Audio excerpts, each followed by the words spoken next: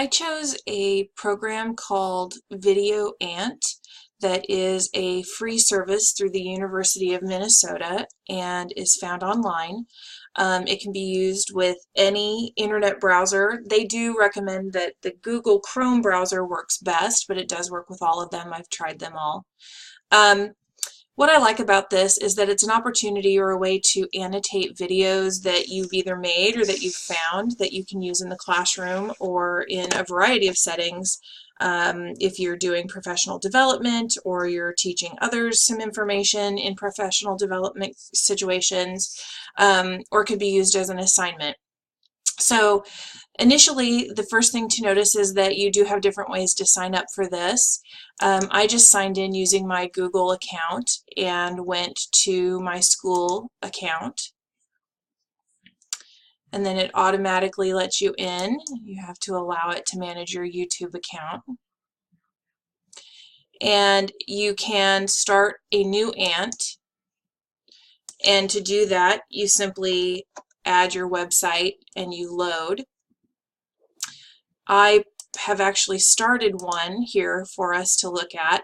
This area right in front of us is called our ant farm, which is basically a dashboard, and that's where you can see any video that you've created an annotation to. And so I can click on this and it will take me to what's called the annotation page. It marks any area where you have an annotation, so I have put in a quick annotation over here at 101, and I'm going to show you how you do another one here. I will start it at this point. As vaccines help to eliminate and stop the spread of disease, literacy can help us stop the spread of hunger, poverty, and crime. It is the tool necessary to break those harsh social cycles. The data is telling and troublesome. Students who exit 4th grade without being able to read proficiency have a 78% chance of not ever catching up. To create an annotation, I will then click on Add Annotation. It automatically pauses the video right where you have decided to place the annotation and creates your marker. You can call this whatever you would like. I've just been calling mine literacy since this is just for the purpose of an example for the video that we're doing right now. I then took just a quick fact from a website about literacy called proliteracy.org and copy and paste that over into my VideoAnt. Then when you have the information that you want in there and you can put as much as you would like, you click Save. Recipients, and the video automatically starts again. Now, if I go back to right before the video annotation, 90% of welfare recipients, it automatically highlights when you get to the point that that annotation is added.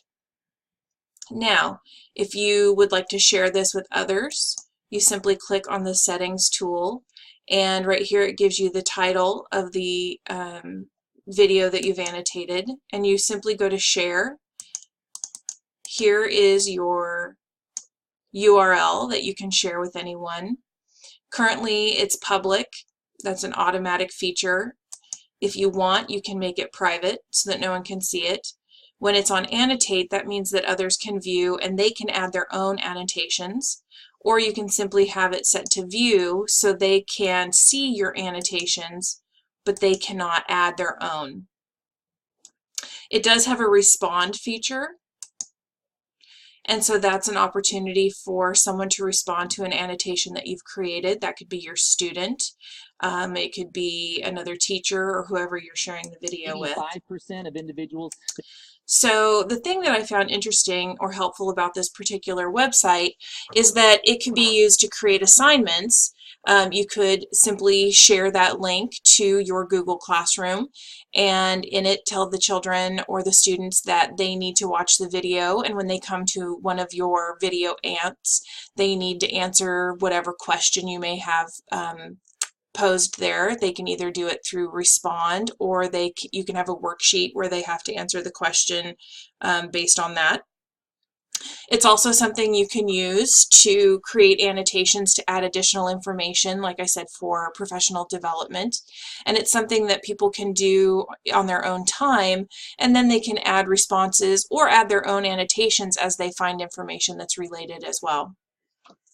The ISTE standards that I think that this goes with, the first one is for students, and number 2, communication and collaboration. B, which is communicate information and ideas effectively to multiple audiences using a variety of media and formats. So this is something that you could have your students create their own VideoAnt account using their school Google account. I don't know if every school does this, but since my school is a Google school, every student is given a Google email with our school address. And so they can create an account using Google to VideoAnt and then make their own video annotations. And so that's something that could be an assignment as well. And then they have to share that that URL with you through the Google Classroom or email, or however you might want them to submit it. The other ISTE standard that I think that this follows is a teacher standard, and that is 3, model digital age work and learning. C, which is communicate relevant information and ideas effectively to students, parents, and peers using a variety of digital age media and formats. And I think that fits because you do have the opportunity here to provide relevant information, but then add additional information that maybe the video you have doesn't necessarily include. Sometimes we watch several videos trying to find the right one to show the class.